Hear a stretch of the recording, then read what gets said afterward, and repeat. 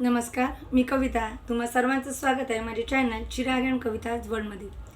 कधी कधी काय होतं, आपण लोकांच्या टीकेला जुमानतो आणि आपण मग एका जागी स्तब्ध होतो आणि आपला मार्गक्रमण करण्यामध्ये अडथळा निर्माण होतो आणि आपल्याला ध्येयप्राप्ती होत नाही. तर आव्हान किती मोठं असलं किंवा लोकांनी किती टीका केली तर त्याला न घाबरता समोर कसं जायचं याच्याशी संबंधित कथा एक सांगू इच्छिते. संत एकनाथ महाराजांची. संत एकनाथ महाराज यांचे शिष्य होते स्वामी. त्यांना प्रत्येक प्राणी मात्रांमध्ये देव दिसायचा. ते त्यांना नमन करायचे आणि त्यामुळे सर्व लोक त्यांना टीका करायचे आणि त्यांना म्हणायचे दंडवत स्वामी. एक दिवस काय झालं, लोकांनी त्यांची गंमत घेण्याकरिता त्यांच्यासमोर एक गाढव आणून ठेवला जो होता मृत. तर त्यांनी विचारलं, या गाढवामध्ये पण तुम्हाला देव दिसतोय का? त्यांनी म्हटलं, हो, या गाढवामध्ये पण मला देव दिसतोय. आणि त्यांनी त्या गाढवाला नमन केलं. तर तो गाढव उठला, जिवंत झाला आणि तो चालायला लागला. तो तिथून पडून गेला.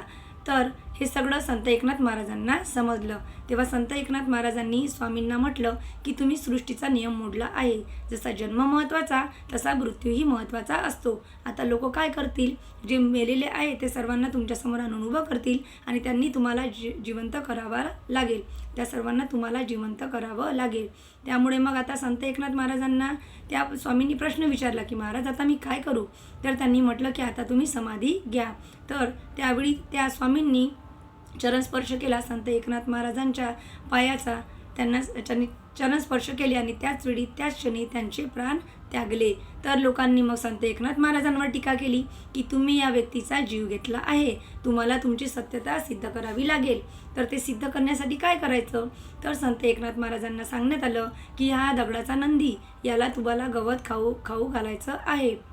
त्याने जर गवत खाल्लं तर तुमची सत्यता सर्वांना पटेल. मग तसंच झालं. संत एकनाथ महाराजांनी ईश्वराची आराधना केली, देवाला नमन केलं आणि त्या दगडाच्या ज्या नंदी होता त्याला गवत खाऊ घातलं आणि त्या नंदीने गवत खाल्लं. लोकांना वारंवार चमत्कार पाहण्याची मोठी ओढ असते. तर सर्वजण त्या नंदीला त्रास देतील. त्यामुळे आपल्या जे दैवी आपली श्रद्धा आहे त्याला ती तुडवल्या जाईल आणि त्याचा अपमान होईल आणि आपल्या भक्तीचाही अपमान होईल आणि देवाचाही अपमान होईल. यामुळे त्यांनी नंदीला विनवणी केली की तुम्ही आता जलसमाधी घ्या. मग नंदीने काय केली, ते तिथून निघून गेले आणि नंदीने जलसमाधी घेतली. ते जे आपण म्हणतो की दगडही बोलायला लागला, दगडाच्या नंदीने जरा खाल्ला, ते होतं त्यांचा स्वतःवरचा विश्वास. आणि तोच म्हणतो आपण देवावरचा विश्वास, तीच म्हणजे असते आपली श्रद्धा.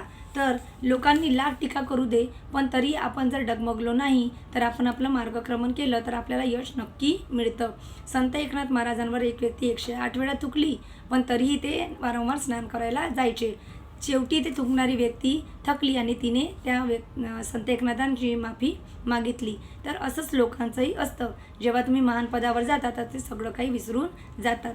त्याच्याशी संबंधित एक छोटीशी कविता वाचू इच्छिते. लाख तुडवले कुणी तुला, तुझ्या जिद्दीला तुडवणे शक्य नाही. तू अविरत चालत राहा, ध्येयाच्या वाटेवर बोचले काटे कितीतरी. स्मरणात ठेव त्या काट्यांचे, पुष्प झाल्या वाचून राहणार नाही. सोबतीला काय ठेवायचे हेवे दावे, सर्व गंगेला वाही. स्वतःवरचा विश्वास पराकाष्ठा प्रयत्नांची तुला महान पद मिळवून नक्की देईल. सर्वांचे पुतळे हे मेल्यानंतर बांधले जातात. हे जरी सत्य असलं तरीही प्रत्येकाच्या कर्तृत्वाचा जयजयकार होतो. फक्त त्यामध्ये प्रामाणिकपणा आणि तुमचा विश्वास असणं आवश्यक असतं. चला, रजा घेते. कसा वाटला आजचा आपला एपिसोड नक्की कळवा, कमेंट करा आणि शेअर नक्की करा. धन्यवाद. रजा घेते सर्वांची.